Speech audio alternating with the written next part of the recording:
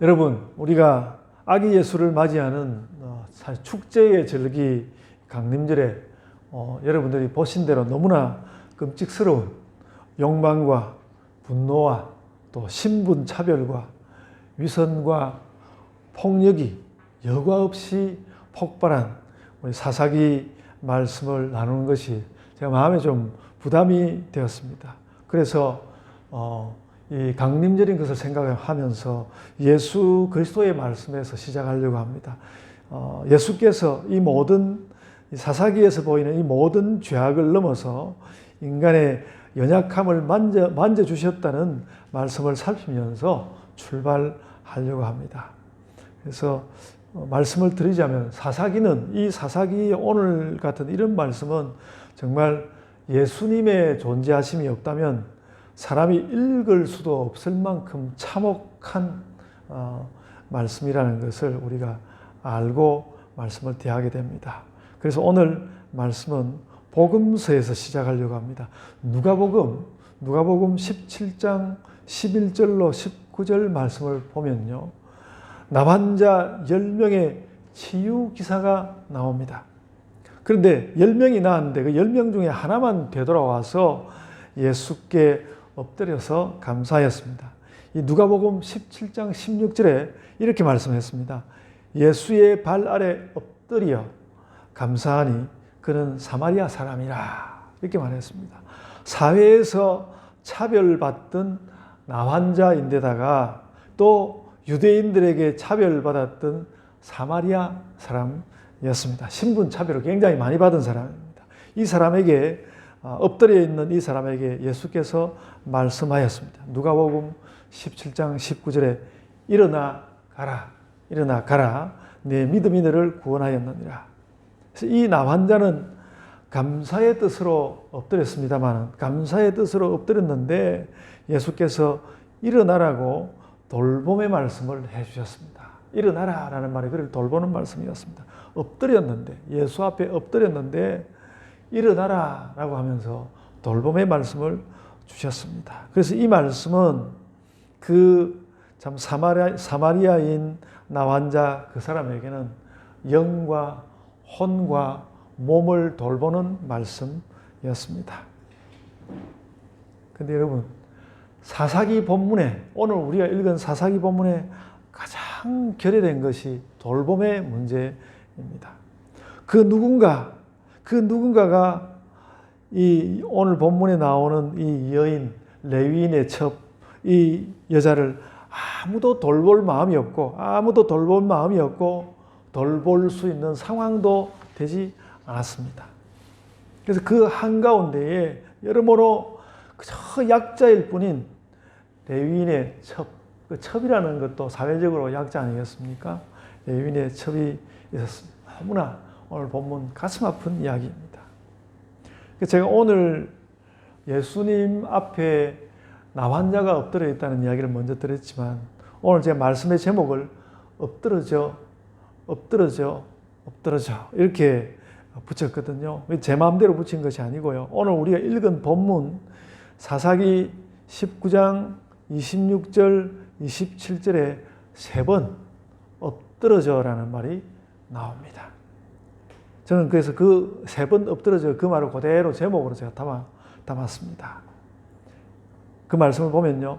동틀 때에 여인이 자기의 주인이 있는 그 사람 집 문에 이르러 엎드러져 밟기까지 엎드러져 있더라. 그의 주인이 일찍 일어나 집 문을 열고 떠나고자 하더니 그 여인이 그 문에 엎드러져 있고 그의 두 손이 문지방에 있는 것을 보고 그렇게 말씀하고 있습니다. 여러분 중에도 내가 이 여인처럼 되지 않겠지만 이 여인처럼 내가 하나님 보시기에 하나님 내가 지금 완전히 엎드러져 있는 이런 상태입니다. 엎드러져 있다고 생각한다면 일어나라고 말씀하시는 예수님의 손길, 예수님의 말씀을 구하시기를 바랍니다. 그것을 소원합니다. 여러분, 우리가 읽어본 그대로 절망적인 사건이 일어나 있습니다. 에브라임 산지에서 온 한 레위인이 자신의 첩과 종을 데리고 베냐민 지파의 성 기브아에 들어가서 겨우 잠잘 곳을 찾았습니다.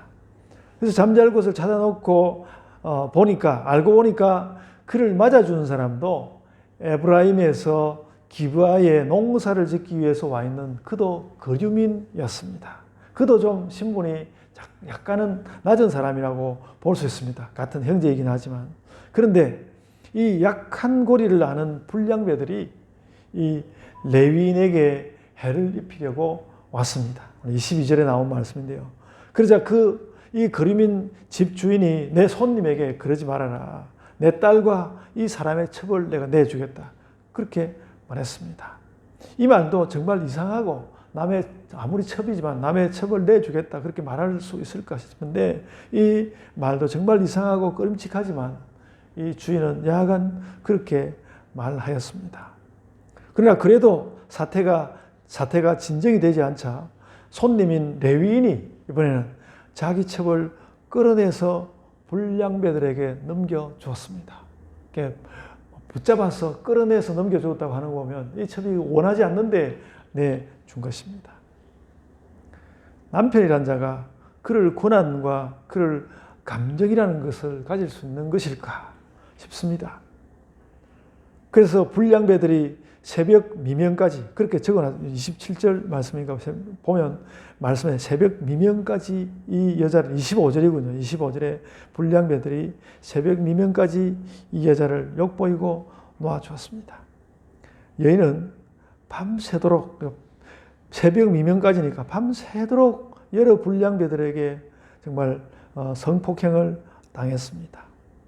여러분 2차 대전 때 우리나라 정신대 할머니들이 당한 일입니다. 일본 그 정부가 절대로 인정하지 않으려고 하지만 이런 일 당했습니다.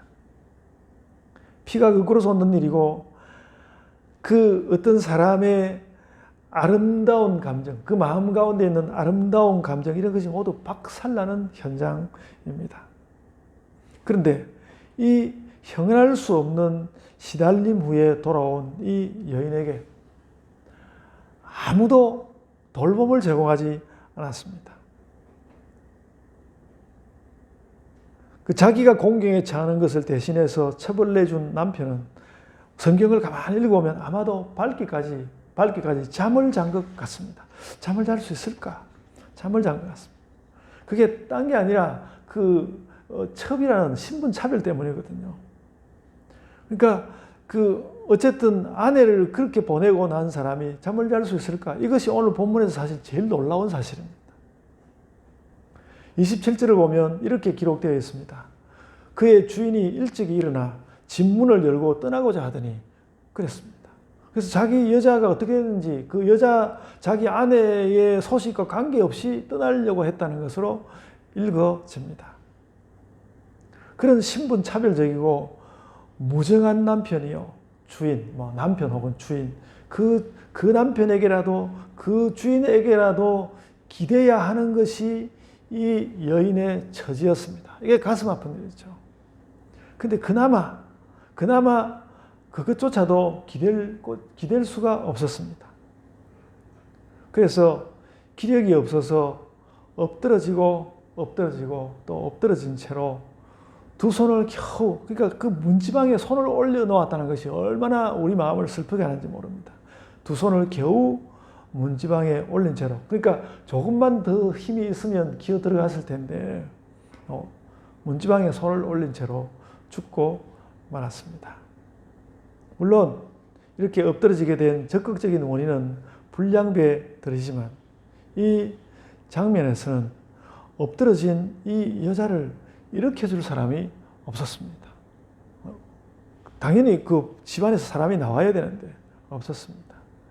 그의 남편도 또 자기들을 맞아준 그 호스트도 다 잠들어 버렸습니다. 그래서 그 적막한 밤의 고요와 한기 속에서, 그 광야 지대가 밤이 되면 춥거든요. 고요와 한기 속에서 가련하게 겨우겨우 숨을 쉬다가 숨을 거두고 말았습니다. 여러분, 이 감정이입이 너무 심한 건지 모르지만 저는 이번 대통령 선거가 우리가 이런 나쁜 보호자를 뽑지 않기 위해서 요동치고 있는 그런 선거라는 생각을 지울 수가 없습니다. 제가 이걸 읽어볼 때 그런 생각이 탁 들었습니다. 그렇습니다. 우리는 이미 이 여인의 남편 레위인 같은 대통령을 우리가 여러 명 우리가 경험해 보았습니다. 끔찍스러운 경험 아닙니까? 그래서 제가 그 생각도 함께 들죠. 내가 왜 40대가 되도록 그렇게 군대 가서 훈련받고 막 고통하는 그런 꿈을 왜 꾸었을까? 그 어떤 의미에서 사회가 그 군대 간 젊은이들을 돌봐주지 않았기 때문이죠. 저는 그렇다고 생각합니다. 우리는 성경을 읽다가 자주 충격을 받습니다만 오늘 본문과 이 여인의 기사를 읽고 정말 제가 전에는 이 성경을 또 읽었는데 그걸 잘 몰랐습니다만 설교를 하기 자세히 읽어보니까 너무너무 충격적이더라고요. 너무 참혹하고 끔찍스럽고 너무나 충격적이었습니다. 이게 이런 거였구나. 인간이 이만큼 악하고 이만큼 무심해질 수 있구나. 그리고 그런 것 때문에 이만큼 불행해지고 죽고 그럴 수 있는 거구나. 여러분 1942년생 인도 출신의 여성 신학자 가야트리 스피박이라는 분이 있습니다. 지금도 미국에서 아마 지금은 활동을 못 하실 것 같고 아직 살아계신 것 같은데 미국에서 주로 활동했고요. 그가 하위 주체, 영어로 subaltern이라는 하위 주체라는 특별한 용어를 사용하였습니다. 이 당당한 주체가 아니라 자기 자신을 위해서 말도 한마디 못하는, 존재는 있으나 자기에 대해서 말하지 못하는 종속적인 인생, subaltern이라는 단어를 사용하였습니다. 그리고 이 레위인의 첩이 그런 전형적인 인물이라는 것입니다. 자신의 입장은 전혀 말하지 못하고 남편이요 주인인 그 남자의 의향대로, 그는 원치 않았지만 남편이 끌어내니까 불량배에게 그렇게 던져졌고, 능욕을 당한 후에, 오늘 성경만 능욕을 당한 후에 남편의 마지막 관심, 그러니까 기어가서 그 문지방에 손을 대고라도 그래도 그 별로 친절하지 못한 남편이지만 마지막 그 남편에게 그래도 마지막 관심이라도 받아보고 싶었는데 그 관심마저 받지 못한 채 세상을 뜨고 말았습니다. 여러분, 이미 이제 3000년 이상이 지났어도 우리는 아직도 우리는 이 죽음 앞에서 우리들이 미안해하면서 죽음을 애도해야 하는 것 같습니다. 너무 처참한 죽음이었습니다. 그래서 어떤 학자들은 이 여자의 남편 레위인의 이 처사를 이해할 수가 없어서, 이 레위인의 이 처사를 이해할 수가 없어서 어쩌면 몸을 버리고 돌아온 자기 첩을 이 레위인이 제일 먼저 나가서 자기 아내를 죽였는지도 모른다고 그렇게 추정하는 신학자들도 있습니다. 성경을 볼 때 딱 그럴 것 같지는 않습니다만 그런 추정까지도 하고 있습니다. 그래 놓고 난 뒤에 자기 복수에만 눈이 멀어서 결국 그 불쌍하게 죽은 아내의 몸을 다시 훼손해서 시신의 조각들을 각 지파 사람들에게 보냈습니다. 그래서 이 오늘 성경 말씀 내용이 정말 엽기적입니다. 이 남편은 그 여인에게는, 그 자기의 첩, 그 여인에게는 불량배들 못지않게 나쁜 사람입니다. 아내를 야수들에게 보내놓고 그냥 잠들어 버렸습니다. 그리고 아내와 상관없이 또 떠나려고 했습니다. 그래 놓고 이제 그 자신의 상한 자존심, 자신의 복수를 위해서 전 이스라엘을 뒤흔들고 전쟁이 일어나고 나중에 그래서 막 여자들을 납치하고 아주 말할 수 없는 사건들이 막 계속해서 이어서 벌어지거든요. 그래서 여러분, 오늘 본문에 나오는 이 정황을 한마디로 말하면 이렇습니다. 구출되어야 하는 사람은 분명히 있는데, 구원받아야 되는 사람은 분명히 있는데 도와줄 사람이 세상 천지에 한 명도 없다는 것이죠. 사사기의 시대가 그랬습니다. 그리고 여러분, 구출되어야 하는 사람은 분명히 있는데 도와줄 사람이 세상 천지에 하나도 없는 이런 상황. 예수님은 이런 세계의 구원자로 오셨습니다. 이 여인은 하나님이 생명 주셔서 태어났는데 그가 위험에 처했을 때 세상이 완전히 고요했습니다. 적막했습니다. 그 죽음에 대하여 아무도 애도조차 해주지 않았습니다. 그의 아내가 죽은 것을 보고도 그냥 아무 말 없이 그냥 싣고 가서 그냥 그 아내 죄를 훼손해가지고 보낼 뿐이었지, 그 애도했다는 이야기 자체가 없습니다, 성경에. 그래서 여러분, 간혹 교회에서 뭐 자살 이야기 나오는데 자살한 사람이 천국에 갈 수 있는지 없는지 그런 거 따지지 말고 그런 일이 있으면 그냥 애도하면 되는 것입니다. 애도하면 되는 것입니다. 그것이 사람입니다. 여러분, 그래서 예수님의 아까 읽었던 그 누가복음 말씀이 그래서 생각이 났습니다. 누가복음 말씀이 그래서 생각이 났습니다. 차별의 아이콘, 사마리아인 나환자가 엎드러져 있는데, 그가 엎드러져 있는데 예수께서 돌봄의 말씀, 일어나라, 일어나라. 이 그 사사기에 나오는 이 여인은 그 소리를 듣지 못한 거예요. 일어나라. 예수께서 일어나라고 했습니다. 어쩌면 우리는 엎드러진 채 아무도 돌봐주지 않는 우리에게 예수께서 일어나라고 하시는 그 말씀을 듣기 위해서, 네가 일어나라, 아무개야 너 일어나라 하시는 그 말씀을 듣기 위해서 그것 때문에 예수님을 따르고 믿는 것일 수 있습니다. 우리의 구원도 그런 것일 수 있습니다. 여러분, 서둘러서 이 비참한 사건을 지어내기 위해서 제가 예수님 이야기를 하는 것은 아닙니다. 이 비참에 당황해 있는 우리에게 돌보시는 주님이 있는 것입니다.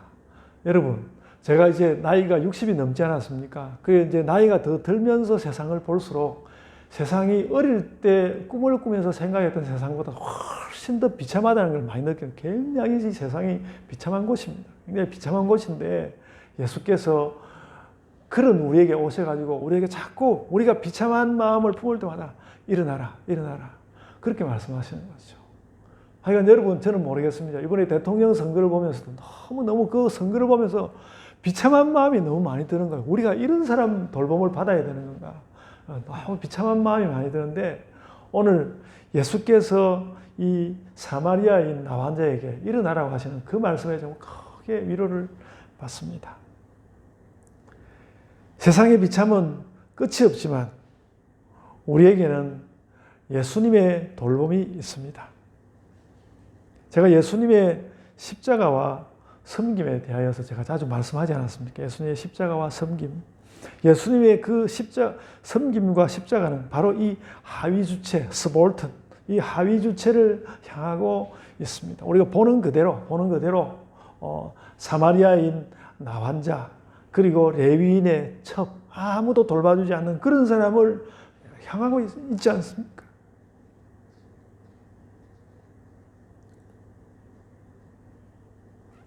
예수님은 왕이시고 우리는 백성인데 왕은 높아지고 백성은 소비재로 사용되는 것이 아니라, 여러분, 제가 대통령 선거 자꾸 이야기하는, 대통령 선거를 보면 볼수록 이 그 권력 있는 사람들을 위해서 엉뚱한 사람들이 막 죽고 자살하고 막 그 희생당하고 그런, 다 그런 거 이제 법원에서도 전부 묻어두고 검찰도 묻어두고 지금 세상이 그렇지 않습니까? 그런데 왕은 높아지고 백성은 소비재로 사용되는 것이 아니라 왕이 백성을 위해서 죽은 것, 그 예수님 이야기 아닙니까? 성경에 약자를 편드는 선택이라는 말도 이제 제가 더 잘 이해가 돼요. 이 여자의 이야기를 보면서 성경이 약자를 편드는 선택을 한다는 그 말이 정말 이해가 되었습니다. 여러분, 그런 면에서 오늘 이 사사기는 문학적으로 큰 가치가 있다는 생각이 들었습니다. 저는 인간의 악을 고발한 거룩한 기록이라고 느낍니다. 인간의 악과 위선과 신변, 그 신분 차별이 어디까지 가서 어떤 폭력과 어떤 무증함을 낳았는지, 또 그런 엄청난 사건을 겪고도 그 악한 버릇이 고쳐지지 않는다는, 그 악한 버릇이 고쳐지지 않고 여전히 그 사건을 뒤이어서 막 민족적으로 큰 죄를 저지르거든요. 그 고쳐지지 않는다는 인간의 근본적인 죄성에 대한 적나라한 청천벽력의 기록입니다.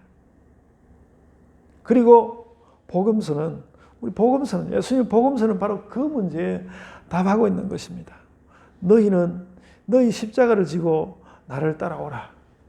그 말씀은 그냥 고난을 이겨내라는 말을 넘어서 특별히 약자를 돌아보고 그들을 섬기라는 뜻을 지녔다는 것입니다. 십자가를 지라는 그 말에는 약자를 섬기라.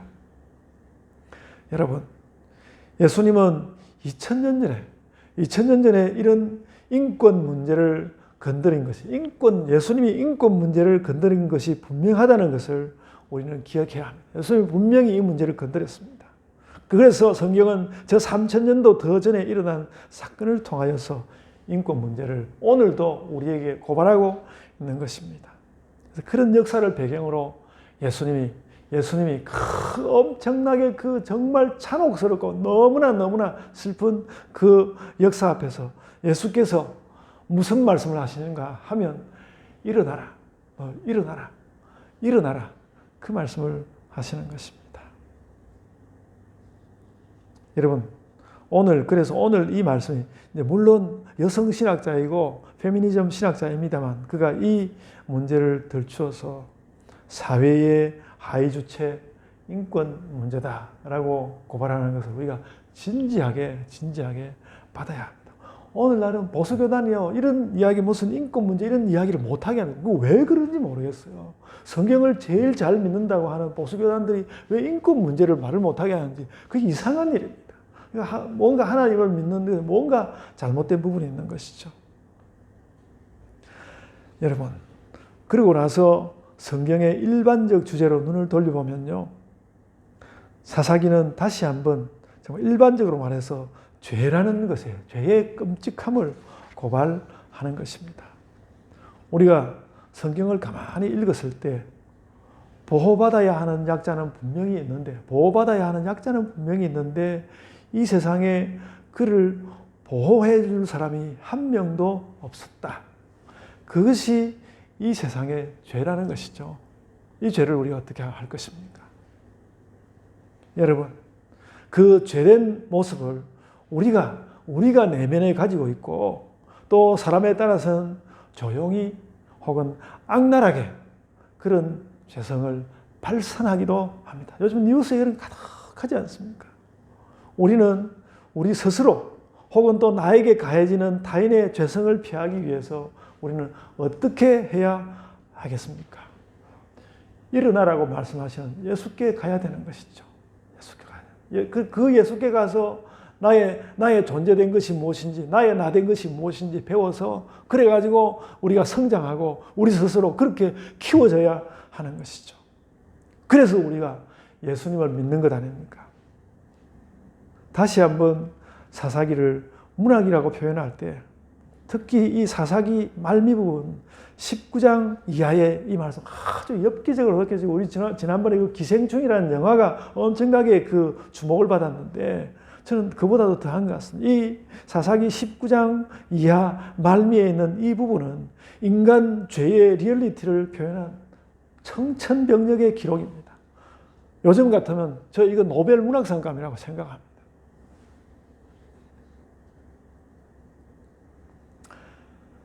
이 사사기 레위인의 첫 이야기를 보면서 저는 그 죄에 너무나 예민해서 그 죄 문제로 고민하다가 막 이제 자신의 몸도 어떻게 제대로 돌보지 않아서 결국 노숙자가 되어서 죽었던 그 철학자 키엘케고르가 왜 그렇게 죄에 대하여서 그가 몸서리를 쳤는지 알만했습니다. 저는 참 그렇습니다. 키엘케고르라는 사람이 키엘케고르야말로 최초로 이 인간 죄의 문제를 가장 심각하게 읽은 사람이 아닐까 자, 그런 생각을 해보았습니다. 비록 루터가 있었다 하더라도, 칼빈이 있었다 하더라도, 그래서 키엘케고르의 사상은 죄에 대하여서 몸서리치는 것을 기독교인들에게 가르쳐 주었고요. 우리가 그거 배워야 합니다. 그래서 많은 학자들이 그런 키엘케고르에게 몸서리를 치고, 그래서 막 키엘케고르를 싫어하는 신학자들이 얼마나 많은지 모릅니다. 그가 나쁘다고 말하는 신학자들이 얼마나 많은지 모르는데, 제가 보기에는 키엘케고르가 정당한 것 같습니다. 사사기는 이 몸서리칠 인간의 죄를 100일 하에 드러낸 기록입니다. 사사기 말씀은 그러면서도 보편성의, 사람 속에는 그런 것이 다 있다는 보편성의 여운을 남기면서 인간의 죄를 이렇게 고발하고 있는 것입니다. 그래서 우리는 이 죄를 짓지 않겠습니다. 하나님, 저는 이런 죄를 짓지 않겠습니다. 그렇게 고백해야 하고요.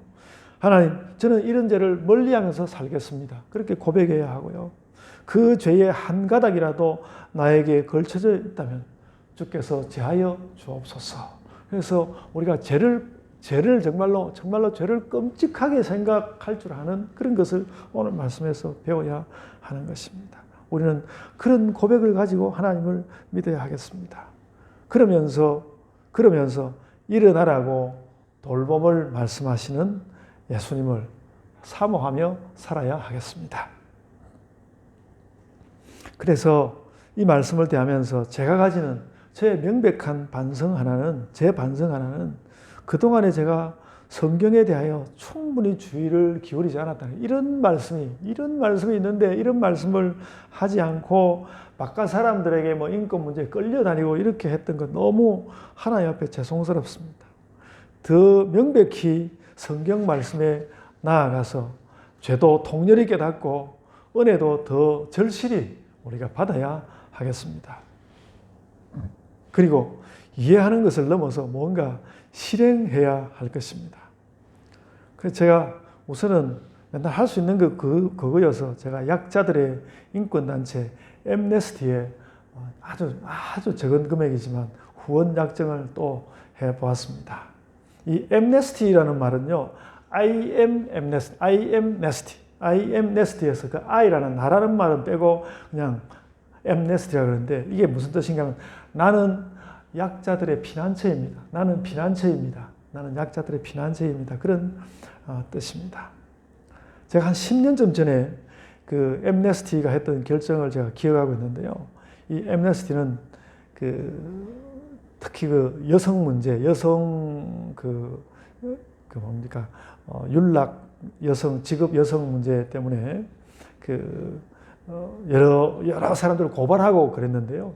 근데 이 엠네스티가 그 윤락 여성들을 고발하지 않을 뿐 아니라 포주들도 고발하지 않겠다는 결의를 하였습니다.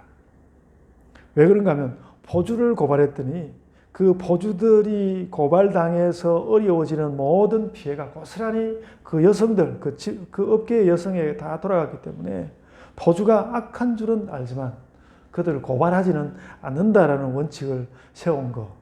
그래가지고 또 막 주변으로부터 여러 가지 비판도 많았습니다만 그런 결의를 하였던 것 제가 기억하고 있습니다.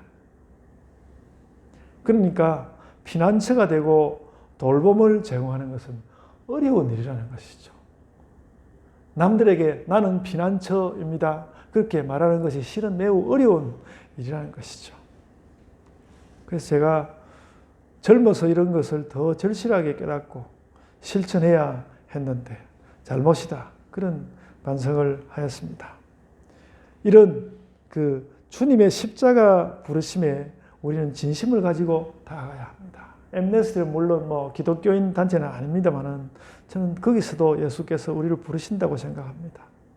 그리고 이것이 좀 전에 이야기대로 개인적으로 감당하기 어렵기 때문에 공동체가 함께 이런 돌봄에 나아가야 하는 것입니다.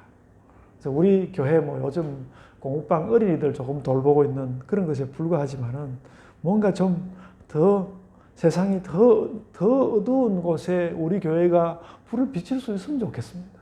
좀 그랬으면 좋겠습니다. 우리는 지금 명절, 강림절에 참 예수님 오심을 기뻐해야 하지만 주님 오심의 의미가 이런 비참을 돌보는 것에 있다. 그것을 깨달았으면 좋겠습니다. 오늘 아침. 여러분, 우리가 그래서 우리 자신의 모순과 나태를 시인하여야 합니다. 그리고 약자를 향한 이 끔찍한 악과 차별이 분명히 있다는 것을 알아야 합니다. 그리고 그렇게 피해당한 사람들이 분명히 있다는 것을 알고 거기에 대해서 우리가 끔찍스러워할 수 있어야 합니다. 예수의 오심은 이런 끔찍한 죄와 신분차별과 위선과 폭력에서 우리를 해방시키려고 하는 걸음이었습니다. 분명히 예수님이 십자가를 지시고 예수께서 죽기도 하신 것은 이런 약자들을 구원하시고자 한 것이었습니다. 그래서 예수님이 이런 생각을 저는 다 했다고 믿습니다. 그 예수님 살던 그 시대가 로마로부터 핍박받던 시대이기 때문에 지금 우리보다 더 심할 거라고요. 다 했다고 생각합니다. 여러분, 오늘 제 설교가 내내 무거웠던 거 너무 죄송하게 생각합니다.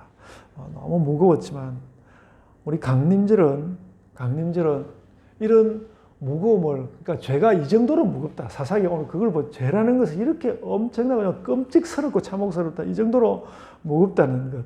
그 강림절은 그런 무거움을 극복하고 씻어내고자 하는 절기입니다. 그래서 여러분, 제 설교는 무거웠지만 여러분의 마음은 가벼워지고 그리고 여러분 마음이 예수님이 우리 이 모든 비참을 다 벗겨내시려고 다 쳐부수시려고 오셨구나. 이렇게 화창한 마음을 가지시기를 바랍니다.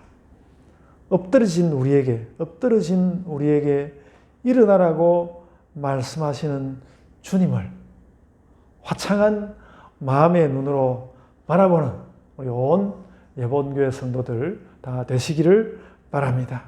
아멘. 제가 기도하겠습니다. 오 아버지 하나님, 저희가 저희의 어떤 감정으로 조금 슬퍼하는 것이 아니라 이 사사기에 나오는 레위인 첩의 이 불행이 오늘날도 아프간이나 또 그 어떤 나라들에서 또 어쩌면 오늘날 우리나라 이 땅에서도 뭔가 언론에 드러나지도 않는 가운데 이렇게 고통당하고 있을 거라는 생각을 하면서 주님, 저희가 늘 이런 일에 저희가 참혹함을 느끼고 저희가 이런 이 연약함에 우리가 이렇게 또 교회로 모여서 주님, 우리가 교회로 모였는데 주님, 저희는 지금 뭘 하고 있는 것입니까? 이렇게 물으면서 우리가 여기에 대하여서 한 자락이라도 무엇인가 돌봄을 제공할 수 있는 교회가 되기 위하여서 그것을 위하여서 우리 교회가 좀 더 성장하고 좀 더 또렷한 교회가 되고 좀 더 또렷하게 믿는 그런 교회가 되게 하여 주옵소서.